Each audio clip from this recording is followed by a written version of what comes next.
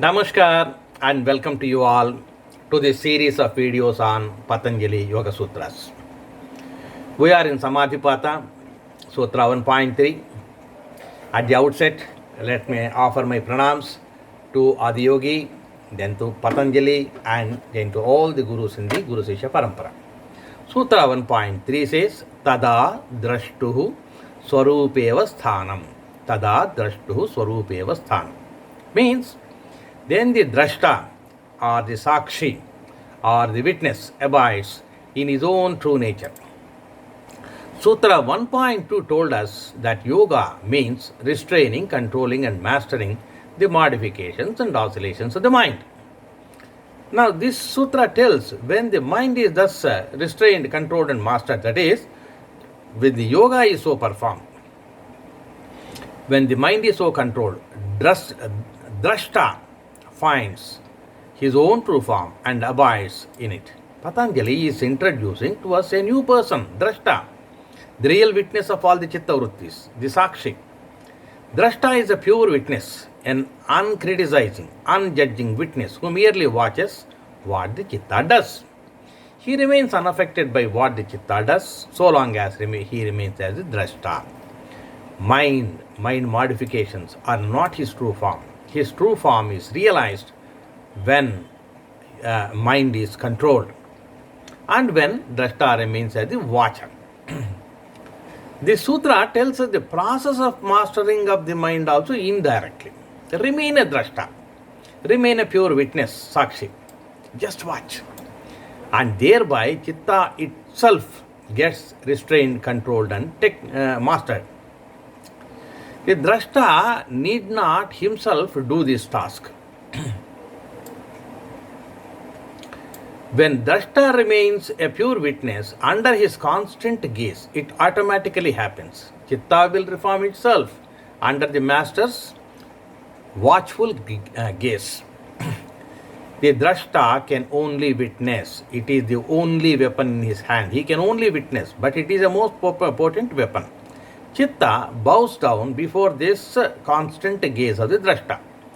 Patanjali has not elaborated the process of witnessing, but Adi Shankaracharya in Viveka Chudamani, Sloka 368 says, Yogasya prathamam dwaram vak nirodhaha. What is the first gate to yoga? It is vak nirodha. Control your speech. Likewise, control your other sensory inputs and outputs.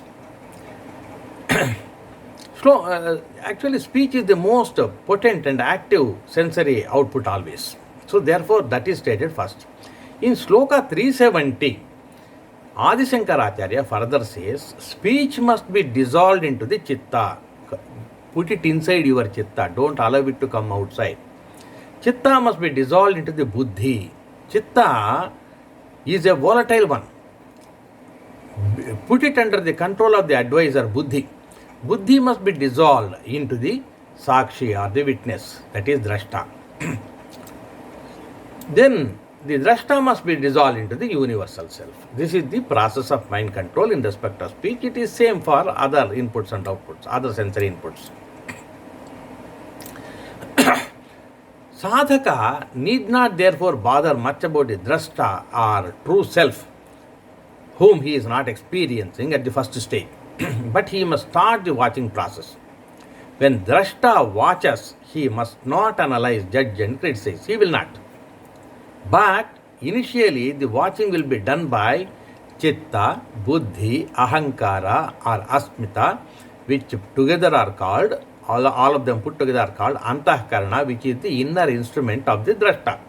But it is not part of the drashta, it is the instrument of drashta.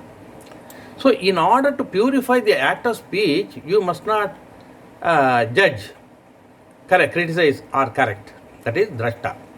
But chitta will do it.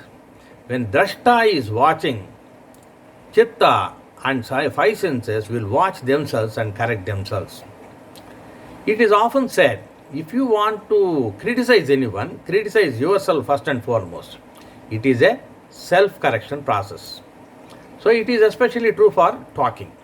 Control your urge to use harsh words, to criticize, to judge, etc. Become a smooth, soft, truthful, friendly, encouraging speaker. Your tongue is your most useful tool and your worst enemy also.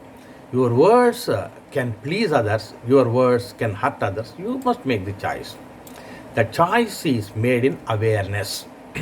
But most people use their words in either unawareness or half awareness. People don't know why and when they are hurting others. They also don't know why, in turn, others are hurting them. Christ has said famously, "Father, forgive them, for they know not what they do." So, unawareness. So, in a home, two spouses are quarreling. They want to be happy, but in unawareness, they use inappropriate words and actions. That's the problem. So, awareness requires intention and attention. Intention to create harmonious ambience in and around you. Attention in using appropriate words and actions. So once the tongue comes under reasonable control, you must watch other sensory inputs and outputs. You have heard garbage in, garbage out. If what goes in is good, what comes out will be better. If what goes in is trash, what comes out will be foul-smelling trash. That's what the internal processing will do to what goes in. Drashta is intended to be the master and mind is intended to be his servant. But without mind and its five senses, Drashta is incapable of looking at the world and experiencing the world. He is absolutely dependent on the mind. But mind is a terribly unfaithful and terribly imperfect instrument. Unfaithful and imperfect. So Drashta almost goes mad with this unfaithful, imperfect instrument. He goes behind the mind and the five senses, and what they are showing the Drashta is a highly colored, imperfect, inexact image of the universe. Most of the time, Drashta begins to feel that instead of being the seer, he is the spectacles. Drashta feels he is the mind. That's the problem. So Drashta's first task is to clean the mind of all the garbage. This is the primary purpose. Now how to do it? Watch the mind. Mind will clear all the garbage itself. Mahatma Gandhi has said, do not see bad, do not hear bad, do not talk bad. The first two are inputs. The talking, do not talk bad, is the output. Don't bother who is the real watcher at any point of time. To start with, it is the chitta. It is a self-purification process for the chitta. At some point of time, the buddhi takes over. It goes on advising the chitta to get rid of some of the deep-seated self-destructive habits. So, chitta and buddhi will be watching for some time, and they will be doing it all the time. But when this watching by chitta and buddhi is going on, at some point, the drashta, the real self, also starts watching from behind the chitta and buddhi. The real strength for watching, purification, etc., comes from the drashta, the real self. What happens is, first the tamasic inputs and outputs, the basest inputs and outputs get upgraded to rajasic form, the middle form. Then the rajasic inputs and outputs get upgraded to sattvic, the best form. You become better and better, happier, more joyful, merely by watching and analyzing your own thoughts and actions. We will understand the three gunas, sattva, rajas and tamas later on. So, at one point of time, even the best of sattvic inputs and outputs, they also get dissolved. You become the best. Sadhaka need not worry at this point of time how the watching happens, etc. I will give you a practical exercise. Do it, you will understand. Osho says, yoga is existential, experiential and experimental. That's what yoga is. This exercise is on watching your thoughts. In exercise 2, you have wholeheartedly accepted your body. That's necessary. You are now going to watch your minds and thoughts and accept them too. So this exercise requires some aloneness and some non-disturbance from sounds. Select such a place and sit alone. Even a small room is enough. These exercises are intended to make a yogi inside your home itself. You need not go to any distant caves or forests. First understand the exercise, then sit comfortably and close your eyes. Put one palm on the other and sit relaxedly. Focus on your mind now. You are alone, you are in your mind's world. Forget your body, forget all other places.